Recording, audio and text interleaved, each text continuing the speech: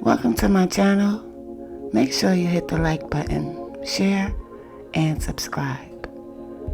In this video, we'll be taking a look at the Junior Black Mafia, and this is part 1. Sam Christian first encountered the justice system in 1953 at the age of 14.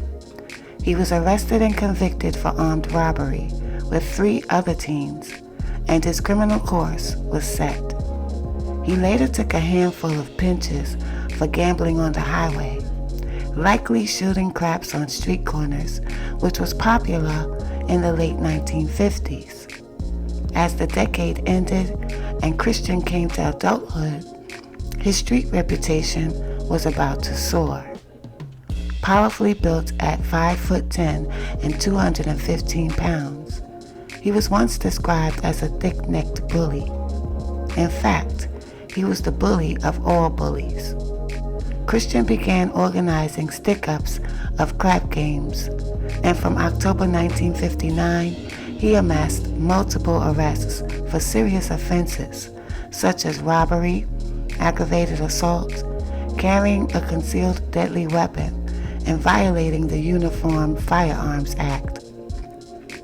In October 1964, he was arrested for robbing a card game and shooting one of the players when the man reached to protect the game's pot. Christian and his 2 fellow robbers wore stocking masks to conceal their identities, a tactic Christian would often use, especially when the targets were people he or his crew knew personally. In this case, Christian's mask slipped off during the robbery, allowing 3 of the card players to identify him. Yet, almost all cases against Christian would be dropped because people were so scared to testify against him. Fear was his greatest weapon and would become the bedrock upon which the Black Mafia built its empire during the next 2 decades. Christian and the cohort of the ferocious, the psychotic, and the downright evil he gathered around him could terrify by their mere presence. Their aura became such that overt threats were rarely necessary. Their street rep alone was enough. In the mid-1960s, Christian became a black Muslim, joining Temple 12 of the Nation of Islam. The sincerity of his religious conviction is unknown, but the Muslims were recruiting heavily among disenchanted black youths in the poorer districts of America's northern cities, and many hoodlums and gang members joined up. His membership became public knowledge in dramatic fashion when in September 1967, Christian caused mayhem at a voter registration drive in North Philadelphia.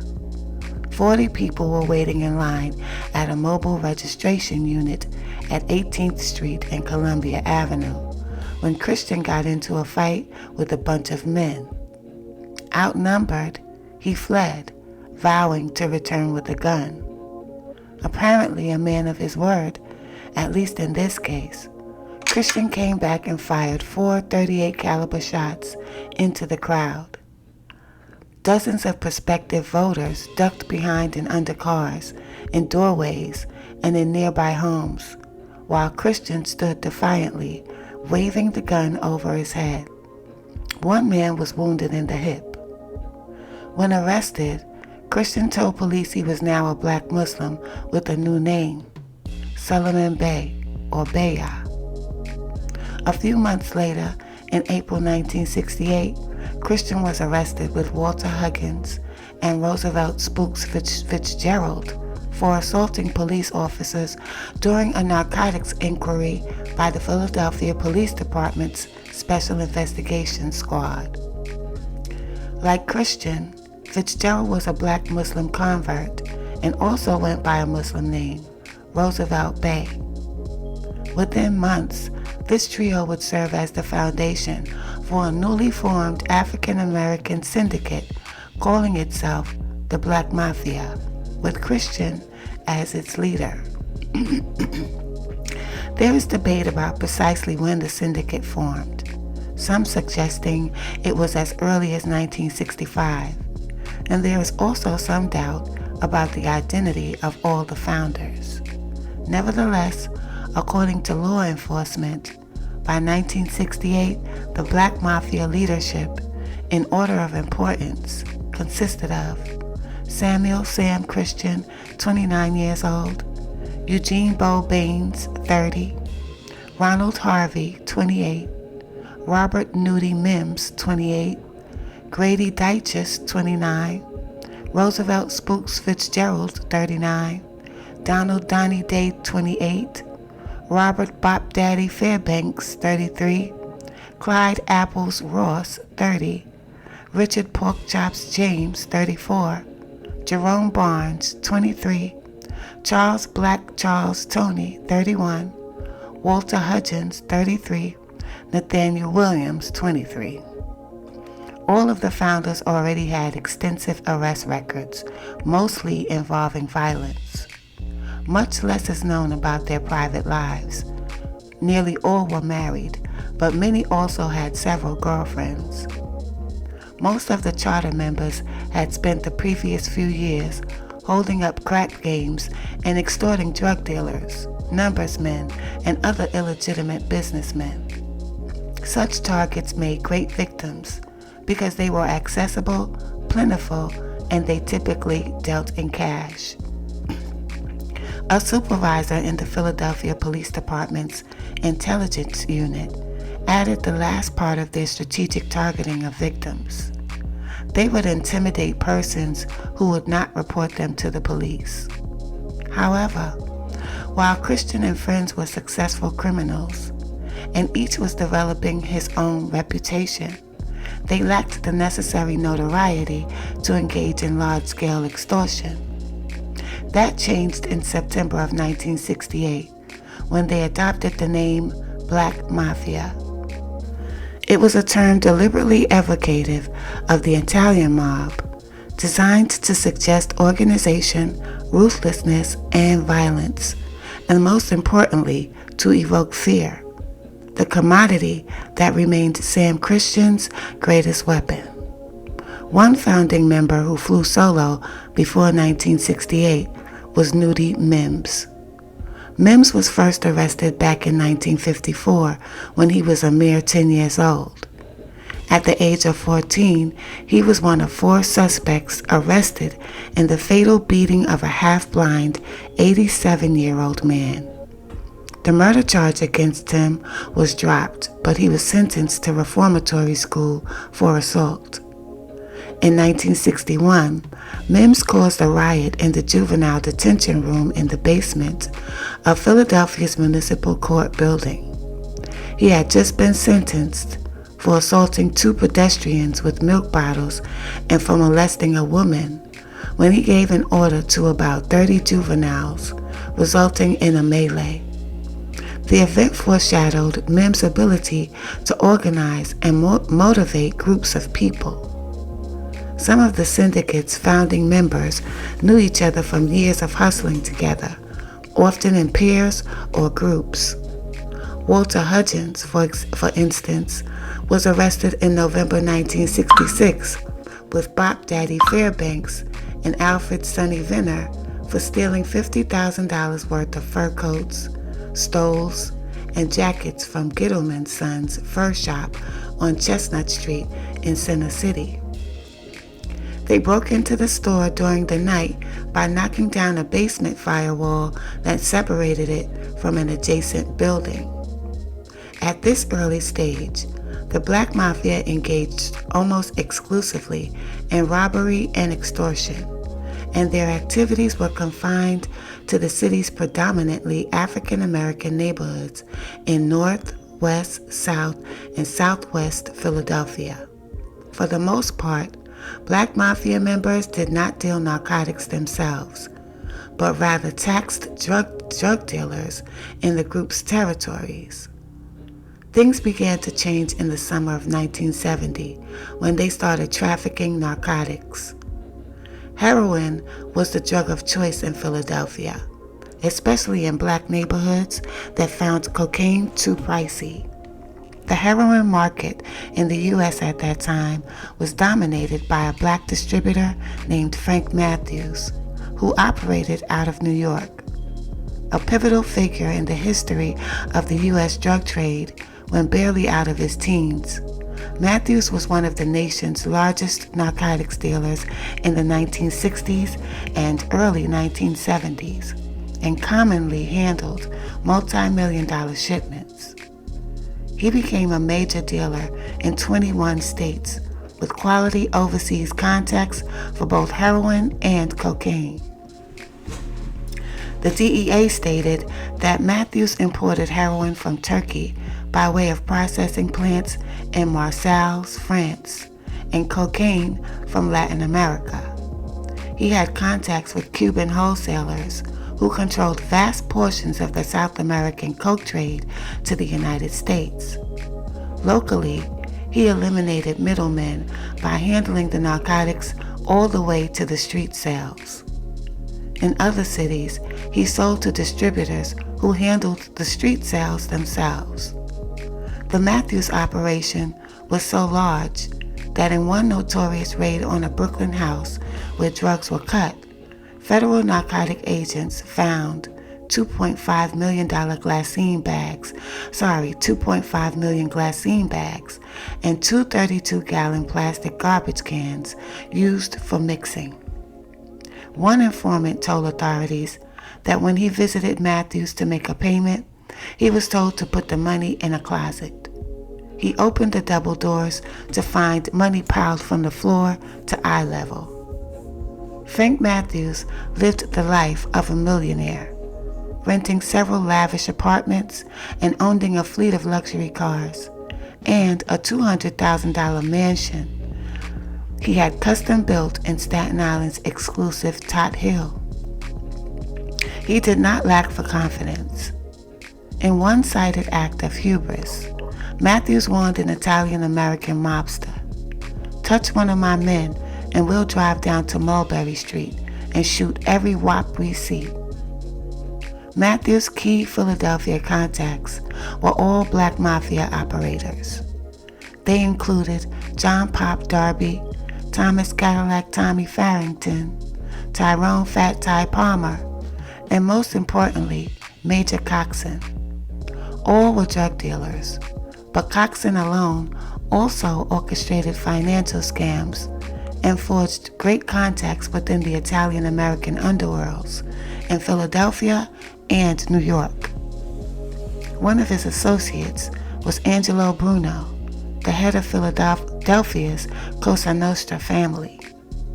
The Black Mafia adopted a formal structure, holding regular meetings at several locations in its early years, and making distinctions between general meetings and those convened exclusively for its hierarchy. General meetings were held at various spots along the 52nd Street Strip and the Storybook Inn in South Philadelphia. Executive meetings were held at the Johnson Homes Public Housing Project in North Philadelphia. Minutes taken at several of the general meetings indicate that the average number of attendees ranged from 40 to 60. General meetings were governed by several written procedures, all of which were included in the group's explicit overall rules. One rule that applied specifically to security read, "Each member must be searched upon entering the designated meeting place by the authorized, and only those designated by the executives shall bear any offensive weapons. Members are cautioned to exercise extreme caution when attending." Some Black Mafia members were blindfolded when they were transported to executive meetings in order to keep locations secret. When sensitive topics were raised, they were ordered out of the room. Secrecy was also addressed in the group's oath, taken by selected members.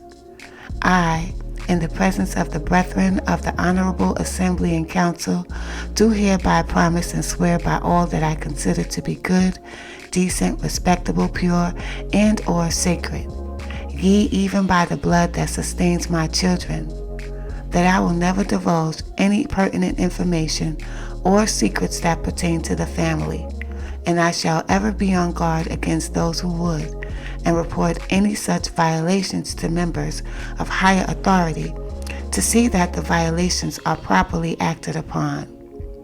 I swear by my own life that I will not communicate any information to any law enforcement officials or anyone else in any way that which could endanger the safety or freedom of another member. There are few similar examples of any organized crime syndicates convening formal business-like meetings, complete with attendance rosters and minutes. The Black Mafia's predilection for bureaucracy was therefore novel and perilous, because the underworld requires a delicate balance between organization to increase the probability of illicit ventures and disorganization to avoid becoming too predictable and thus an easier target for competitors and law enforcement. Though no one could predict what was in store for the new syndicate, two things were not in question. This was an impressive collection of violent cons, and two of them stood out: Sam Christian and Ron Harvey. This utterly ruthless duo probably instilled more terror than any pair in Philadelphia's history. They were often suspected of committing crimes in concert and were once arrested together for assaulting a police officer. Christian had already earned his place among the criminal elite and was known to be a hired gun. Sam was the kind of guy, if you were a financier and you hadn't been paid, you reached out for a price and he would make everything right, said one street source. Harvey was also more than just a founding member of the Black Mafia. Reporters and officials who investigated the syndicate speak in awe of his street status. A flamboyant big spender who had a voracious appetite for women, often enjoying several simultaneously, Harvey was known for one thing over all others: violence. Even among fearsome colleagues, he was feared. According to his attorney, the 5'11", 200-pound Harvey looked athletic. He was built as strongly as anyone I've ever known. The attorney also said Harvey was a religious fanatic and that he followed the word of Islam to its fullest degree. Legend has it that Christian and Harvey once walked into a speakeasy to get in on a major craps game that was run and patronized by some of the most dangerous street hoods of the time. When the pair entered the joint, the game's participants fell over themselves to offer up the pot. "Take it, just take it." The crowd was comforted when one of the two Black Mafia chieftains said they were simply there to hang out and shoot craps, not steal the pot. Christian and Harvey were Superfly personified. In short, they owned the streets of Black Philadelphia, and their reputation served as a great recruiting tool for their syndicate. Indeed, their predilection for fine women, group sex, stylish clothes, and late model Cadillacs would be emulated by many of their Black Mafia brethren, though none ever evoked the same fear and paranoia. The early Black Mafia years brought plenty of new members, associates, and arrests. Importantly, though, law enforcement officials who at the time were unaware of the group as an organized entity had difficulties prosecuting Black Mafia members because witnesses would rarely cooperate, fearing retaliation, and cases were usually dropped. This not only permitted the gangsters to continue their criminal activities, but also allowed their reputation for untouchability to flourish, enhancing their influence on the street. Many syndicate crimes were unreported, and the term Black Mafia would not itself become public currency for several years. This is the end of the Junior Black Mafia, Part 1. See y'all soon.